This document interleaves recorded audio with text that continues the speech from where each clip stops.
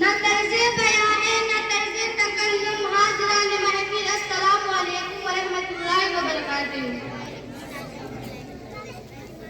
जो भरा नहीं है भाव से जिसमें बहती रसधार नहीं, जो भरा नहीं है भाव से जिसमें बहती रसधार नहीं, हृदय नहीं वो पत्थर है जिसमें स्वदेश का प्यार नहीं। आजादी आजादी के पहले देशभक्तों के मायने कुछ और हुआ करते थे और आजादी के बाद कुछ और हुआ करते हैं। मैं नहीं मानती कि राष्ट्रगान का 52 सेकंड में सिर्फ खड़े होकर गाना या वंदे मातरम भारत माता की जय के जोर शोर से नारा लगाना ही देशभक्ति है। क्योंकि साहब ये वो सदी है जहाँ शहीद और फौज की भावनाओं में रचित लोग मुझे नजर आते हैं। ये वो सदी है जहाँ नीति नियम और नैतिकता जैसे लोगों की धज्जियां उड़ाते हुए लोग मुझे नजर आते हैं। और ये वो सदी है जहाँ सत्य, अहिंसा, सदाचार, समरसता, सादगी, एवं स्नेह जैसे आदर्शों की धज्जियां उड़ाते हुए लोग मुझे नजर आते हैं। जिस घर में दो सगे भाई भी शांति, अमन और चैन के साथ बड़ी मुश्किल के साथ जीते हुए नजर आते हैं। और जिस देश में युवा फेसबुक और व्हाट्सएप जैसे सोशल नेटवर्किंग साइट पे चैटिंग, डेटिंग और सेटिंग के मायाजाल में फंसे नजर आते हैं। तकलीफ तो मुझे तब होती है जब आसमानी नौजवान कानों में हेडफोन लगाए तेजी से बाइक चलाते हुए ये भूल जाता है जिस धरती को वे लौटते हुए जा रहा है उसका एक एक इंच हासिल करने के लिए मेरे पूर्वजों ने खून की नदियां बहा दी। तकलीफ तो मुझे तब होती है जब आज का ये नौजवान जिसके कंधों पे जिम्मेदारी थी राष्ट्र निर्माण की और समाज के आशाओं को जोड़कर रखने की, वही युवा आज मुझे पबजी खेल में डूबा और शराब में भीगा हुआ नजर आ रहा है। तो साहब, इन विपरीत परिस्थितियों में देशभक्ति एवं राष्ट्र निर्माण हम सबके लिए एक बहुत बड़ी चुनौती बन गई है। केवल सेना में भर्ती होकर सिपाही बनना देशभक्ति नहीं होता। अरे आजादी से पहले बात कुछ और थी। तब झांसी की रानी से लेके शहीद आजम वीर भगत सिंह तक, स्वतंत्रता सेनानी अशफाकुल्लाह खां से लेके महात्मा गांधी तक इन्हें हम देशभक्ति कहते थे। लेकिन आज आजादी के बाद मायने बदल गया है। अगर आज मैं देशभक्त कहूँ तो किसे कहूँ? तो साहब, जो लोग अपने समाज, परिवार और देश के प्रति समर्पण का भाव रखे तो वो है देशभक्ति। कर्तव्य पालन का भाव है देशभक्ति।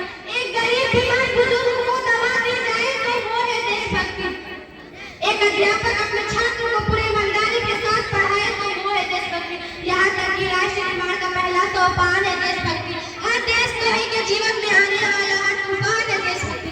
तभी ये देशद्रोही भी समझ सकेंगे। अगर तू दरिंदा है तो ये शमशान तेरा है।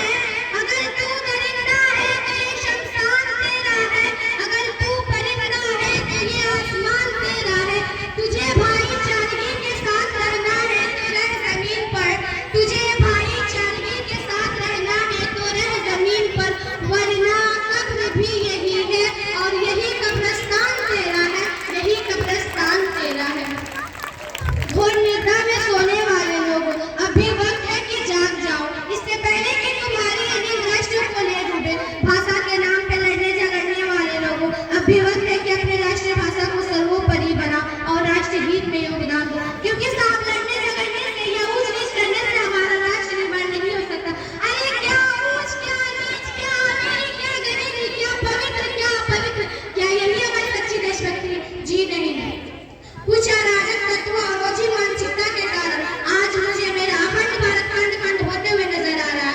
तब ऐसे देशद्रोहियों के लिए मैं जरूर कहना चाहूंगी, ऐ हवाओं में जहर घोलने वालों, ऐ हवाओं में जहर घोलने वालों, फिजाएं हमारी इशारों से बदलती है। तुम क्या बदलोगे हंसते हिंदुस्तान के?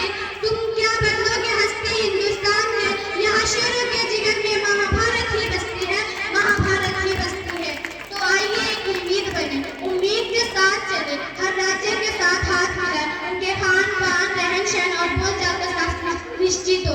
क्योंकि अगर विश्व के सामने खड़ा होना है, विश्व की चुनौतियों का सामना करना है, विश्व के सामने सिर उठा के जीना है, तो हम सबको मिलना होगा। हम सबको एक ताकत बननी होगी। अकेले हम कुछ नहीं कर पाएंगे। मिलने की ताकत बहुत अलग होती है। अकेले तो हम बूंद की तरह है, अगर मिल जाए तो सागर। अकेले हम धागा है, मिल जाए तो चादर। अकेले तो हम कागज है, मिल जाए तो किताब। अकेले हम दुआ है, मिल जाए तो इबादत। और युवा जो अकेले हम पत्थर है, मिल जाए तो इबादत। यह मिलने की शक्ति, यह मिलने की ताकत, तब जाके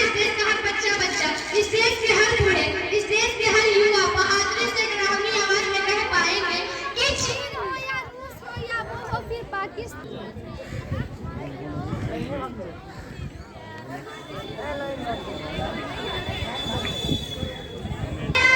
हो या मोह फिर पाकिस्तान, चीन हो या रूस हो या मोह फिर पाकिस्तान, मेरे हिंदुस्तान से टकराना खेल नहीं है आसान।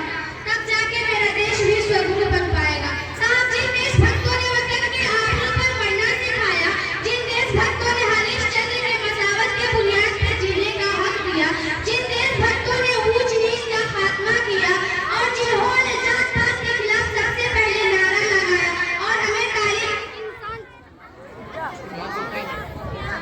इंसान जात पात के बुनियाद पे नहीं बल्कि तकवा, परहेजगारी और सच्चाई के बुनियाद पे बड़ा होता है।